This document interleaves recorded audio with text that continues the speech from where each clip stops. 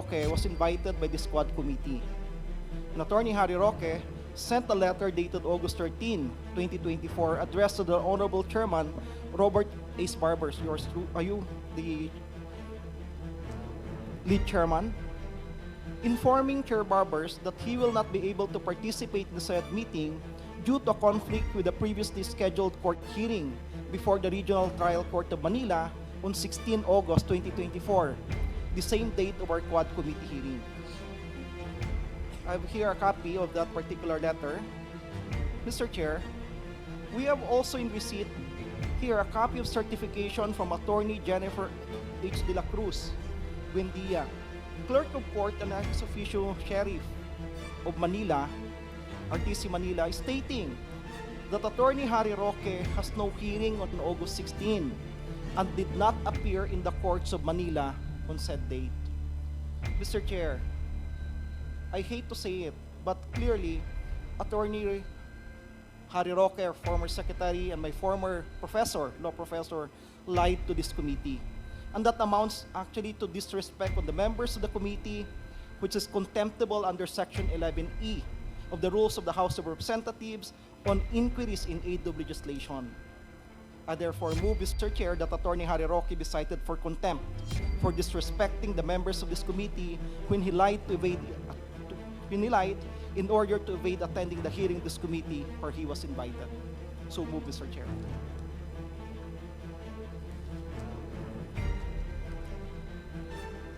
I did not quite hear what you said, Congressman Salo. Can you please repeat? Are you moving for the committee to cite Mr. Attorney Harry Roque in contempt? Yes, Mr. Chair.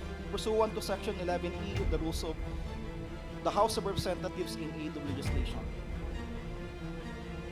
So Mr. move, Chair? Mr. Chair. 1 minute suspension. Parliamentary status is that there was a motion by Congressman Ron Salo to cite our resource person, Attorney Harry Roque, in contempt for lying before this committee when when he was invited in August 16 when the Quadcom had its first public hearing. And according to that letter, he stated that he cannot attend for the reason that he has a hearing in an RTC in the city of Manila. Congressman Ron Salo read the certification issued by the Clerk of Court of the RTC Manila, which states that the hearing where Attorney Harry Roque is a counsel was scheduled in August 15 and not August 16. And in August 16, there was a certification from the same Clerk of Court saying that Harry Roque has no hearing in any of the RTC of the City of Manila. That is the parliamentary status, Your Honors, and there is a pending motion by Congressman Ron Salo to cite Attorney Harry Roque in contempt for lying before this committee when he submitted an excuse to his being absent in our hearing last August 16. Now, pursuant to our rules, Section 11 of the Rules of Procedure Governing Inquiries in Aid of Legislation, it says that the committee may punish any person for contempt by a vote of 2/3 of the members present, there being a quorum. The following shall be the grounds for citing any person in contempt. In this case, as stated by Congressman Salo, the reason for the contemptible act committed by our resource person is in paragraph E, which reads, acting in a disrespectful manner towards any member of the committee or any misbehavior in the presence of the committee. So, may I solicit comments from our members before we rule on this motion? In the spirit of fairness, because the committee has been citing our resource persons who have violated this rule in contempt and detaining them in the premises of the House of Representatives. Would there be any comment from our members? Mr. Chair, before we vote Chairman Abante? before we vote of the contempt, we would like to hear first the explanation of the reason behind his absence to this committee. Thank you, Your Honor. I was hoping to be given an opportunity to be heard. It was an honest mistake, Your Honor. I have also been a member of this chamber. We don't hold hearings on Fridays. So when I saw the notice of hearing, I assumed that just like the first and the second hearing where I attended, that it would be on a Thursday. And that is true, that I had a hearing both in the morning and in the afternoon. And that is why I sent that letter. By the time I realized that it was a Friday and there was in fact a hearing, it was also close already to lunchtime, and the hearing was in Pampanga. So I apologize for the honest mistake, but the truth of the matter is I have been here on Thursdays, so 2 hearings already, and I just assumed that just like in the past, where we don't hold hearings on a Friday, that the hearing would be on a Thursday, as in fact today is also a Thursday. So it was an instance of, okay, there's a hearing, it's on Thursday again, and I have a hearing on Thursday. That's why I sent the letter right away, not even realizing that 16 is a Friday. That was an honest mistake. Had I had any intentions not to appear, I would not have appeared today as well. But in the first 2 instances, and those were the 2 instances where I was invited, I in fact appeared. I have no wish to disrespect the very same body of which I was a part of, which I consider at some point in time as my happy place, in fact, the House of Representatives. Thank you, Your Honors. Any other member who wish to make a comment? Mr. Chairman, can we have Congressman a copy? Fernandez? Can we have a copy of that certification that was issued by the Regional Trial Court? Because I haven't seen the copy yet, and that's the reason why medyo kanina I was a bit shocked about it. So, Here.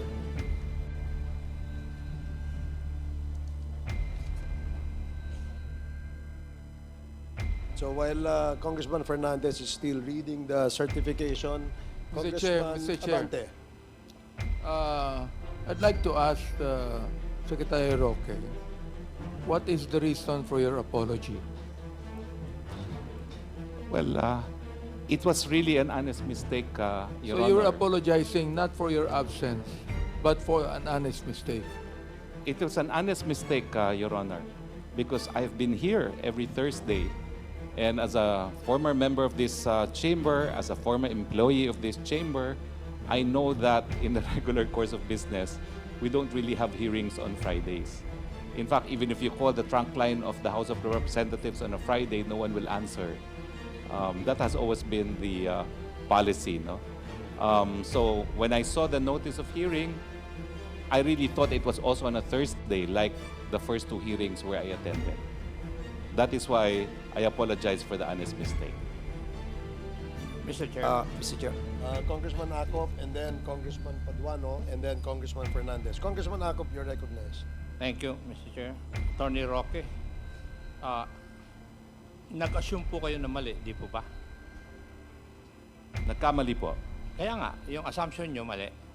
Opo, mali nga po yun. And therefore, pag nag-assume ka na ng mali, you should be ready for the consequences. Hindi ba dapat gano'n? Yes po, but So- there was no intent to disrespect this I'm not chamber. asking whether you have the intent. Ang tinatanong ko lang po doon is, kung nag-assume po kayo ng mali, hindi po ba dapat tanggapin ninyo yung consequences? I will, of course, accept the consequences, the decision of this body. But since I was given an opportunity to be heard, I thought that there should be allowance for honest mistakes.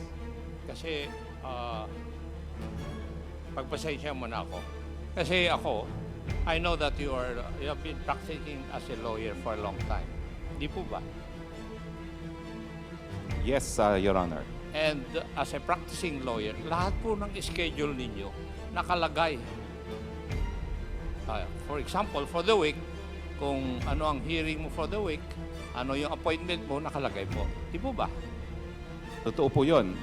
Kaya nga po, doon sa certificate, talagang may hearing po ako nung Thursday. And mali nga lang po yung assumption ko na yung sumunod na hearing ay hindi na pala Thursday dahil puro Thursday po tayo. Ang ibig nyo pong sabihin, wala sa schedule ninyo yung dapat umattend kayo ng hearing sa Friday, nung Friday? Yun nga po, nailagay ko po siya ng Thursday kasi every Thursday po yung hearing natin. Then, as it is, kayo po lahat ang may kasalanan. Wala. Opo, pero wala naman. Participation ng iba. Opo, pero wala naman pong intention to disrespect the Hindi ko chamber. po pini-question yung intention nyo. Ang pini-question ko lang, as a practicing lawyer, ang alam ko, yung mga lawyers, meron silang sinusulatan lahat ng kanilang mga schedule. In your case, kung nakalagay yung schedule na yun, dun sa, yung event na yun sa yung book of schedules, dapat alam ninyo. Sa totoo nga lang po, dahil akala ko Thursday, nakita ko na morning afternoon ng hearing ko, sumulat na ako kaagad to inform the committee as soon as possible dahil ang buong akala ko po talaga Thursday. Tony Roque, marami na pong namatay dahil sa maling akala. Kindly bear that in mind. Thank you, Mr. Chair. Thank you, Congressman Acop. Congressman Paduano, you're recognized. Thank you, Mr. Chairman. Anyway, tama po yung sinabi ni Chairman Acop na that's your fault and you should face the consequences, di ba? Now, eto lang po. Kaya ako, of course, the intent, hindi pwede nating pag-usapan dito yung intent. Kasi, the question is, well, in fact, you're calling the chairman of this committee. When in fact, you text me with regards your request for your wife to be excused in today's hearing. Now, as you mentioned, nalaman mo na after lunch, nag-hearing sa Pampanga. Di ba? At the very least, man lang, sana you texted me, you call me, or you call the chairman na hindi po ako makarating dyan kasi nagkamali ako. But you never do it. Kaya yung question of intent, sabi ko nga, hindi pwede maging basis for that possible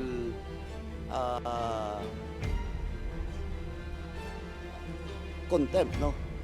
Na minove ni Congressman Gonzalo.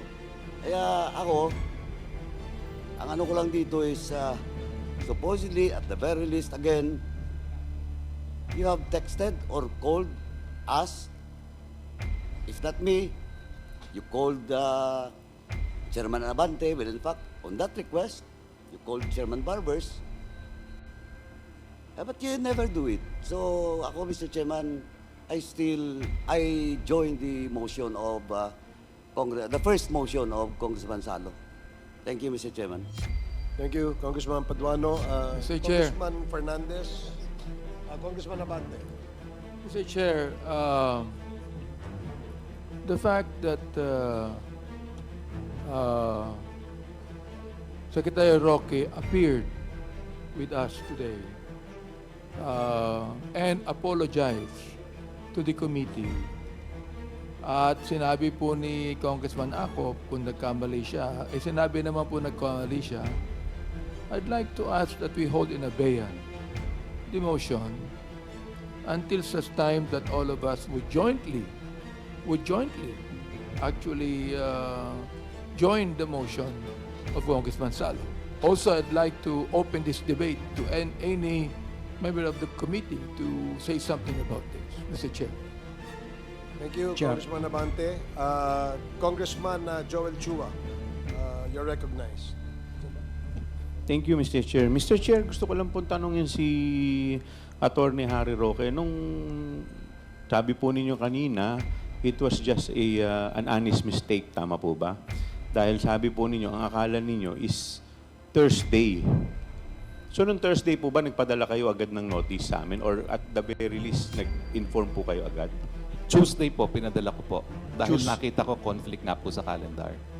Tuesday. Tuesday So, po. na-realize lang ninyo na Friday pala nung Friday na po at nabalitaan ko na nagko-quad hearing po sa Pampanga. pero yung quad hearing, parang umaga pa lang po yata. May quad hearing na eh. Tama po ba? Correct po. I took the day off because I was also not feeling well last Friday. So, nung Friday po, masamang pakiramdam ninyo? Yes po. Opo. So, ano pong ginawa ninyo nung Friday, nung na-realize ninyo? Wala po ba? Dati po, sabi po ninyo kanina, na iba po sa amin, may kasabay pa po ninyo. Wala po ba kayong kahit isang man lamang po na tinext o tinawagan? Well, kasi masama din po talaga ang aking pakiramdam. And in fact, I have a medical certificate today where the doctor recommended that I should be confined in a hospital. Pero I did not consider that because I said, I have to appear now because I missed the last hearing. But I have the medical certificate if your honors would wish to see it. But my attendance here reaffirms my commitment to explain and answer all your queries because I have nothing to hide. Pero nung Friday po ba, hindi po kayo na-confine sa ospital? Hindi po. Nagpahinga lang po talaga ako Nagpahinga because lang.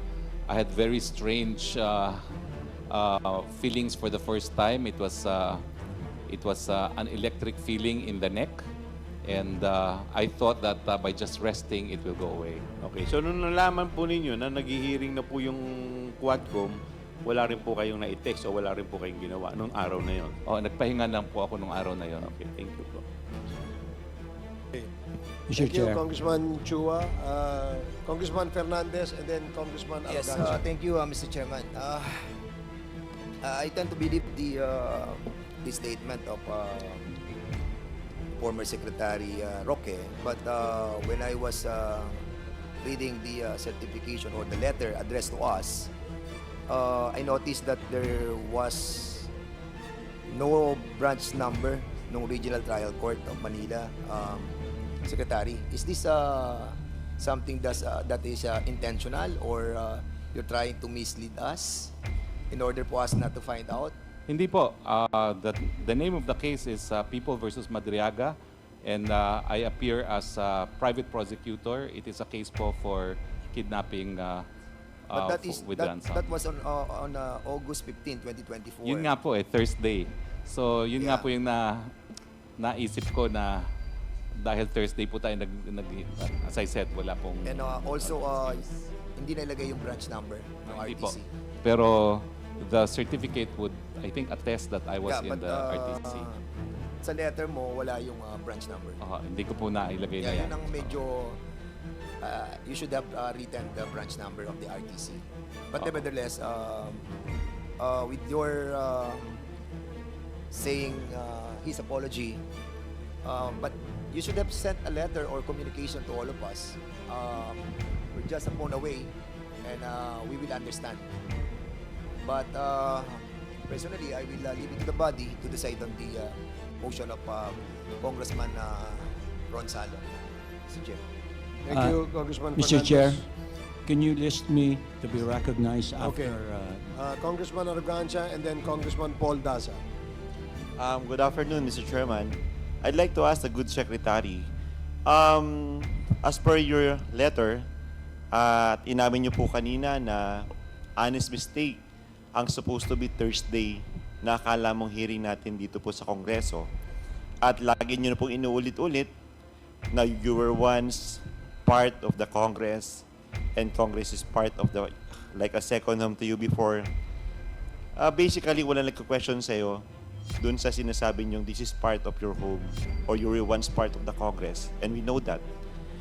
Ang Quadcom po, Mr. Secretary, ay hindi lang po sa invitation niyo siguro nakita. Definitely po, alam naman po siguro ninyo na meron pong hearing ng Friday kasi makikita nyo rin po naman po ito sa news, sa television, Mr. Secretary. Considering, nakalimutan nyo po ng Thursday na meron po tayong hearing, halimbawa, nagkamali kayo, honest mistake, hindi po ba dapat inalam ninyo kung ano ang naging come out o come up do sa hearing ng Thursday kung sakali halimbawang akala ninyo na merong hearing ng Thursday? Dapat po inalam ninyo na what happened sa hearing.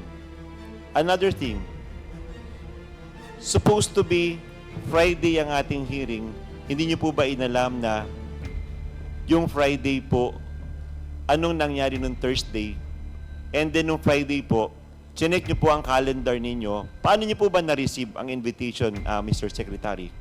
Sa email po, sa email ko nare-receive yan, and I receive voluminous email po talaga, no? Yeah. Mr. Secretary, sa talino nyo po, para pong katakataka na magkamali kayo simpleng schedule po ng araw ng hearing na napakahusay nyo pong abogado. Well, nangyayari po talaga yon na, Your Honor, no? Dahil lang nakita ko ng Committee on Public Order, so sabi ko, may hearing na naman. So, may hearing na naman this Thursday. So, ang ginagawa ko nga po ngayon, rini-reserve ko na yung mga Thursdays ko, and I was going to manifest, in fact, that on next Thursday, I have an international arbitration, and there I will submit the correct form already. Pero, tinitignan ko na po talaga ang aking schedule dahil alam ko naman po matagal itong mga hearing neto. So, kumbaga po, sa korte, we also set it ahead of time. So, bina-block off ko po, tine-check ko na ako ano yung mga Thursdays na meron pong appointment. Another thing po, sabi nyo po kanina, nung nagtatanong po si Honorable Chua sa inyo na you have already a ready medical certificate from your doctor na nagpapatunay na kayo ay hindi fit ang inyong pangangatawan. Para po na pang napaka-ironic na may ready na po kayo agad na medical certificate sa pag-attend nyo ng hearing na kung halimbawa na hindi kayo talaga okay at ina-attest ng inyong doktor, hindi kayo dapat nakarating, which is sinasabi nyo na dahil gusto nyo makipaliwanag ang sa inyo, maging totoo sa committee na to, umattend pa rin kayo despite may advice po ng inyong doktor. Para sa akin po, parang pinaghandaan nyo na po na kung sakaling kayo ay magkaproblema dito sa hearing na to, may ready kayong medical certificate na ipapakita sa committee na kung sakali ay kayo excuse, halimbawa sa ganitong klaseng pag-uusap ng contempt, Mr. Secretary. Your Honor, hindi naman po ganon. Kung hindi, nag-persist po yung aking kondisyon. And I don't feel I'm on tip-top shape now.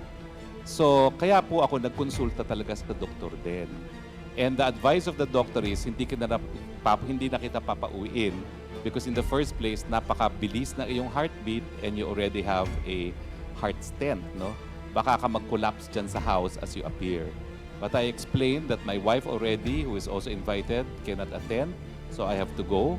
And what I'm doing is I'm just managing. She gave me Valium para hindi daw ako ma-aggravate. But she did stress na baka mamaya tumumba ka na lang dyan sa hearing na yan. But I think it's very important that I appear today dahil I have already asked members of the committee to excuse my wife. And the least I can do is to appear despite the medical advice not to do so and to be confined. Mr. Chairman, being part of this committee, for me, my personal observation regarding the honest mistake of the good secretary is really unbelievable.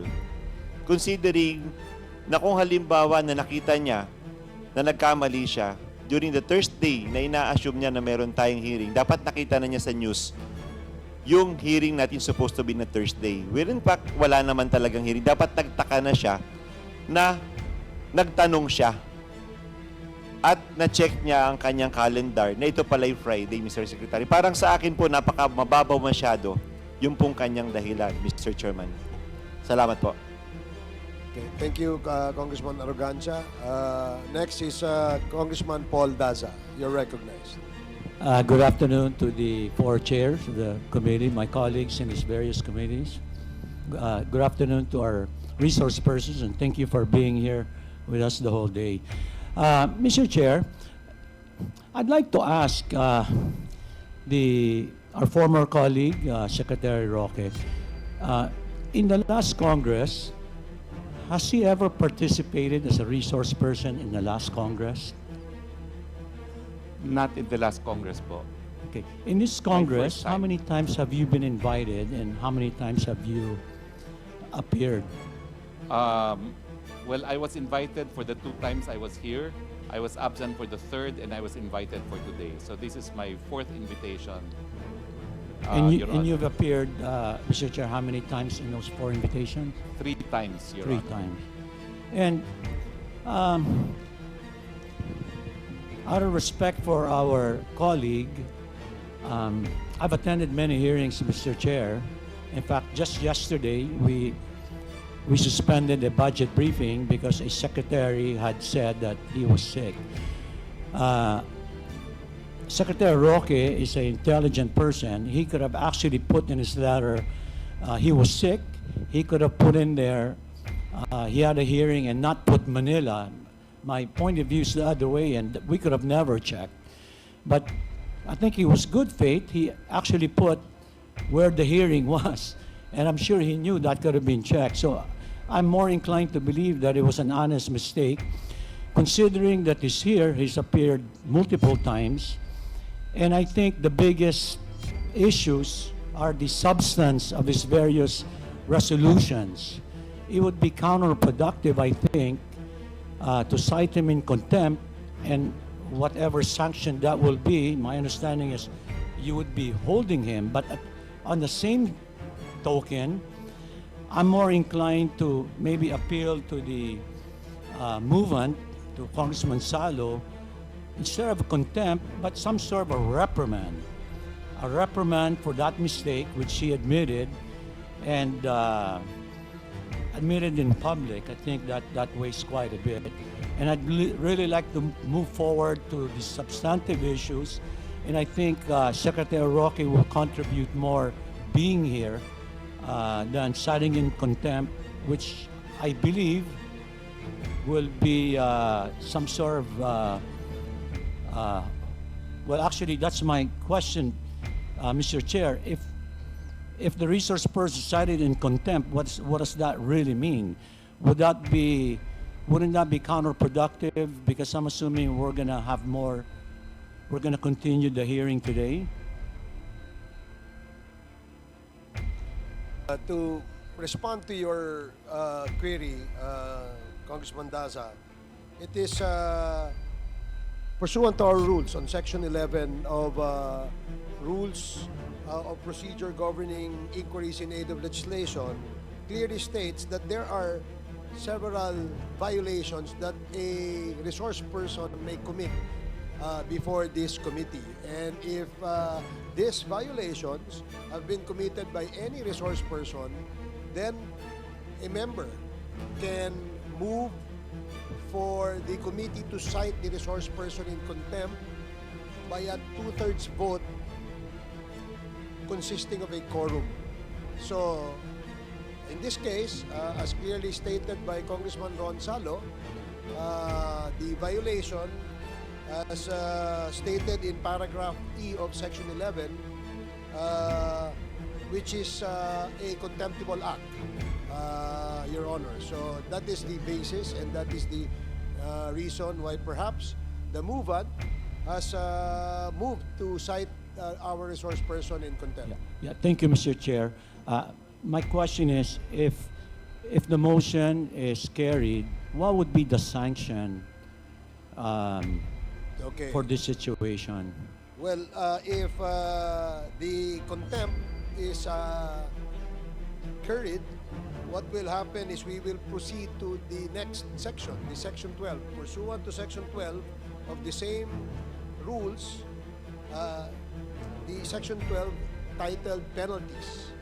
So by a vote of 2/3 of the members present, there being a quorum, those cited under Section 11, paragraphs E and F shall be detained for a period not exceeding 10 days. That is what our rules say, Your Honor. Yeah, thank you, Mr. Chair, for the clarification. which I think strengthens my view, with the indulgence of my colleague, that may be counterproductive when we have so many issues, national issues that we need to tackle, and this will just divert our focus for the more important issues. That's my opinion, Mr. Chair, and I hope my colleague will reconsider his motion, and maybe I could suggest, maybe should he find it in his heart to do that, is maybe just a motion to reprimand for the honest mistake that Secretary Roque committed. Thank you, Mr. Chair. Thank you, Congressman Daza. Congressman Paduano. Thank you, Mr. Chairman. Just to add dun po sa sagot ng chairman natin, Chairman Barbers. For the information of Senior Deputy Minority Leader Paul Daza, under our rules, wala pong reprimand dun sa contempt, no. That's number one. Number two, if the good congressman is wary that Secretary Harry Roque cannot participate in the proceedings, he can. Because those resource persons cited in contempt can still participate in the hearing and in the succeeding hearings. So, kung ang agam-agam po ni SDML that we cannot extract some more information, vital information from former Secretary Roque, tuloy-tuloy po yung presence ni Secretary Roque even today until such time that this committee will suspend the hearing. Now, second, Mr. Chairman, with due respect to the position made by Co-Chair Abante, as the chairman has said, this committee should be fair to everyone. Well, in fact, kasi as I heard, the statement coming from Co-Chair Abante that former Secretary Harry Roque has already publicly apologized. But the same is true with all others. Resource person that was cited in contempt during the past, and even as of today, in the case of Miss Baterna. After she was cited in contempt, nag-appeal po siya, and she apologized. But of course, she has violated our rules. So, yung contempt niya, she's serving now, and is now present in today's hearing. So, ako, Mr. Chairman, again, with due respect to the position of Co-Chair Abante, I still stand that we should base on our rules, no, with regards to inquiry in aid of legislation. Thank you, Mr. Chairman. Mr. Chairman, may I move for 1 minute recess? We will decide is a motion to cite Attorney Harry Roque in contempt, which comes with it the penalty of a detention in the detention facility of the House of Representatives. Now, since there is already a motion by Congressman Ron Salo, it is now the opinion of the chair, which I hope my co-chairs would likewise follow, to vote on the motion. Mr. Chair, Before, we do the voting, okay, Congressman Fernandez. we recognize and appreciate Attorney Harry Roque as being apologetic. And as a matter of fact, Mr. Chairman, it took us so many hours or maybe minutes to discuss this motion that was moved by Congressman Salo. And we know for a fact that he is really so apologetic about the issue that what had happened. But unfortunately, I still remember the last time that we have discussed the issue of the SMNI, Celis and Badoy was cited in contempt. And Attorney Harry Roque was so vocal about attacking our institution and every members of this house. And I wanted to ask Secretary Roque before we render our vote on this issue, because as an institution, Attorney Roque, you malign each and every member of this house by telling that we are all corrupt and we are conniving with the DPWH. And a while ago, we were discussing about it, and we are very hurtful of what you have said in that video that we have seen. As much as we wanted to accept your apology, somehow behind our minds and our hearts, there is this something that lingers in all of us, that you are being apologetic in this committee, but somehow when you are outside of this committee, bad words are being thrown against all of us. So, Attorney Harry Roque, can you somehow tell us why it is so that if you are here, you are being so nice with us, but if you are outside, it's the other way around? Can we have some comment, Attorney Harry Roque? Please. Your Honor, aside from the fact that I respect the institution where I came from, there is also proper decorum. So I have always maintained that as a lawyer, I should be in top behavior while in Congress, and that is why there's a substantial difference when one is in the exercise of freedom of speech outside and when one is before an institution like Congress. Well, thank you very much for contemplating, Your Honors, whether or not this committee will cite me in contempt. I will, of course, accept it because I have no choice. But, Your Honor, I would like also to emphasize that the committee must abide with its own rules. And for now, I would like to make a query to the 4 committee secretaries of the Quad if we in fact have a quorum as we take this vote. Because I think as a person who may or may not be detained, I need to ensure at least that the rules are followed, that there be a 2/3 vote of the body, there being a quorum. And I do not know what quorum is involved, given that there is a Quad committee now, and which is actually a first as far as legislative history is concerned, no? That there are 4 committees. I'm just doing so, Your Honor, because I leave my faith to you, but that faith should, of course, be in conformity with the rules.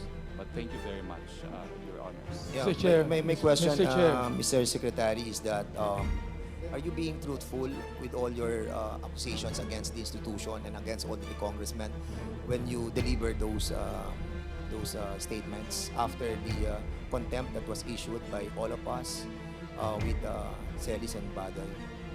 Your Honor, I still represent Celis and Badoy.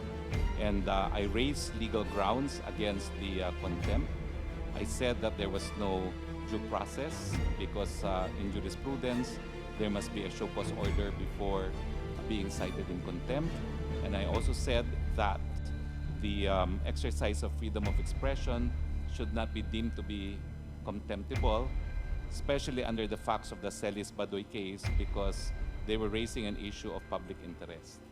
So I do not know what other matters the good chair is referring to, but I certainly know how the institution works. I respect the institution, but we all know that there are also abuses within the institution, which should not in any way affect the integrity itself of the institution, but certain practices would have to be condemned if, in fact, one sees them happening. Yeah, we understand you're kind of representing the SMNI, and we understand as well that of your freedom of expression. But of course, you have established also friends among the members of this house. And with that collective accusations against all of us, that really hurt a lot of members of this 19th Congress.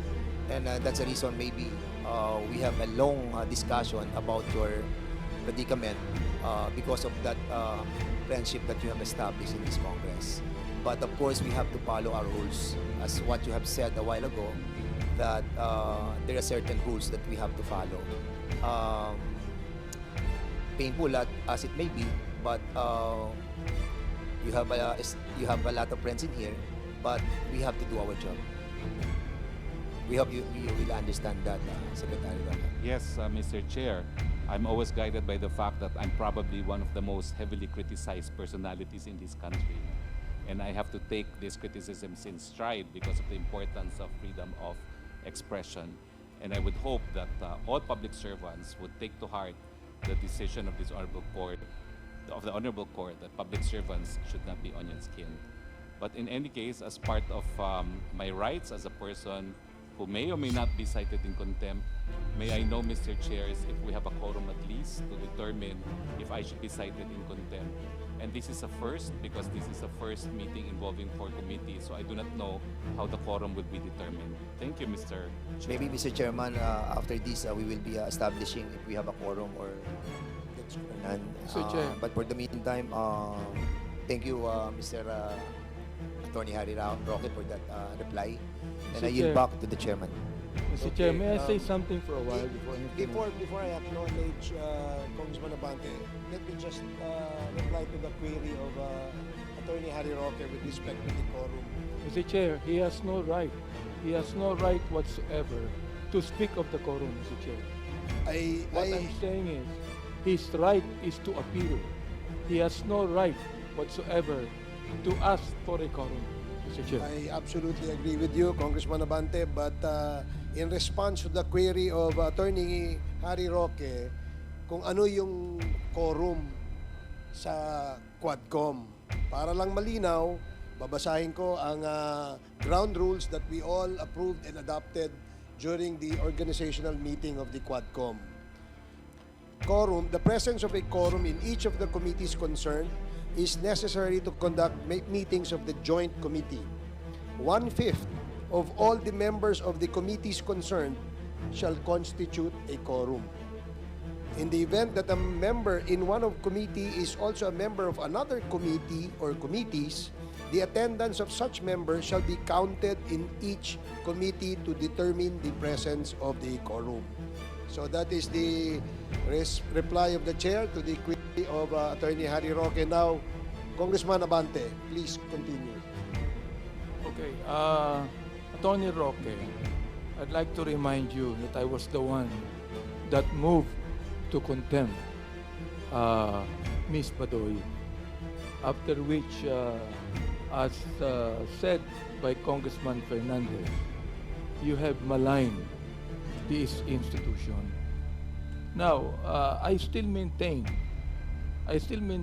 my position to hold in abeyance these contempt charges against you. But I cannot do anything, Attorney Roque, if this whole body right now will cite you in contempt. That's the only thing that I'd like to say. Thank you, Congressman Abante. Now we vote on the motion by Congressman Salog. May I ask Congressman Salog to please reiterate the motion? Mr. Chair, allow me to reiterate my earlier motion. Considering that former Secretary Attorney Harry Roque has lied to this committee, that amounts to disrespect of the members of this committee, which is contemptible under Section 11E of the rules of this House of Representatives on inquiries in aid of legislation. I therefore move, Mr. Chair, that he would be cited for contempt by this committee. Thank you. There is a motion to cite Attorney Harry Roque in contempt for violating Section 11, Paragraph E of the Rules of Procedure governing inquiries in aid of legislation of the House of Representatives. There is a quorum in each of the committees composing the Quadcom. So, may I ask the committee secretary to please record the vote of all the members in this committee hearing. Mr. Chair, Mr. Chair, just a clarificatory questions, Mr. Chair, before we proceed on the voting. Mr. Chair, I was listening to the manifestation of Chairman Akop, and well, I agree with him. Voting should be done if there is a outright objection to a motion raised. I believe the motion that was raised by Congressman Ron Salo, has not been objected to, Mr. Chair. Would you object? Can we get a clarification as to the position of Congressman Paul Dasa with respect to the motion of Congressman Salo? Are you objecting, Your Honor? Well, I beg to disagree with my good friend Chairman Akop. The chair had opened the floor for comments before taking it to a vote. So my position is the chair had already decided to let people speak and then take it to a vote. So in But that case- I will abide by your ruling, Chair. Should you take that position, but if you want to take it to a vote, I'm also willing to vote. So in that May- case, if I may be allowed to explain, in that case, Mr. Chair, if the good gentleman from the good Deputy Minority Leader accede to the fact that even the chair can decide, the chairman can decide whether to cite Attorney Roque in contempt or not, then we will just simply yield to the decision of the Mr. Chair. chairman and no longer proceed with any voting, Mr. Chair, because under the rules, the only way we can proceed with the vote, Mr. Chair, if there's an objection, and since there's no objection, we relay. I mean, I agree with Congressman. The rules states that 2/3 of the member present must agree to a motion in order that the motion will be approved and carried. So, in this case, the motion to cite Attorney Harry in contempt was properly made by the movant, and no objection was put forward, meaning it is a unanimous decision in accordance and in approval of the motion of Congressman Salo. So the motion is to cite him in contempt.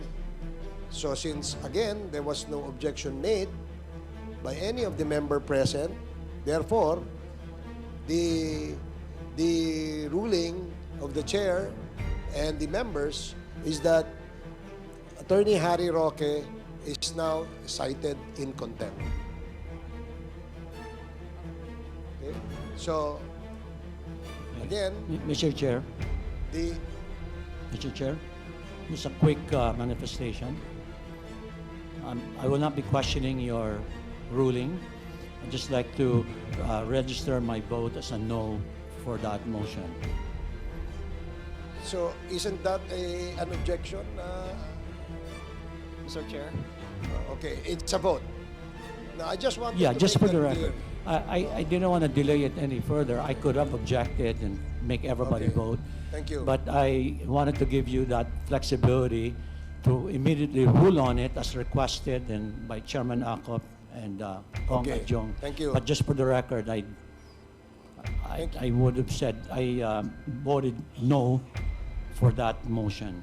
Thank you, Congressman Paul Dasa. The motion of Congressman Ron Salo to cite Attorney Harry Roque in contempt is now approved. Mr. Chair, can Mr. I move Chairman. for reconsideration? Mr. Chairman. Let us first hear the member. The next the rule clearly states that after citing in contempt a resource person, a proper motion of the penalty must be open to the body. So is there any motion? Mr. Chair, can I move for a few minutes suspension? Harry Roque was cited in contempt for violating Section 11, Paragraph E of our rules. And after the contempt, the proper motion is to follow Section 12, which speaks of the penalty. Is there any motion?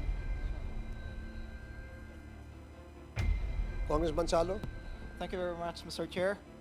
Mr. Chair, and to this honorable committee, in consideration of the fact that the resource person, former Secretary Harry Roque, is my former law professor, fellow Kabayan Party List representative, and a former member of this House of Representatives, and in consideration also of his claim for honest mistake, and of course, the apologies that he has given to this committee. And finally, in consideration personal relations, as you has mentioned a while ago that he was my ninong, respectfully move, Mr. Chair, that the penalty be given be shortened to the barest minimum, which is just 1 day or 24 hours, Mr. Chair. Second the motion, Mr. Chair. There is a motion, motion, duly Mr. Chair. seconded, to impose a penalty of 24 hours to our resource person, Attorney Harry Roque. Hearing no objection, the motion is carried. What?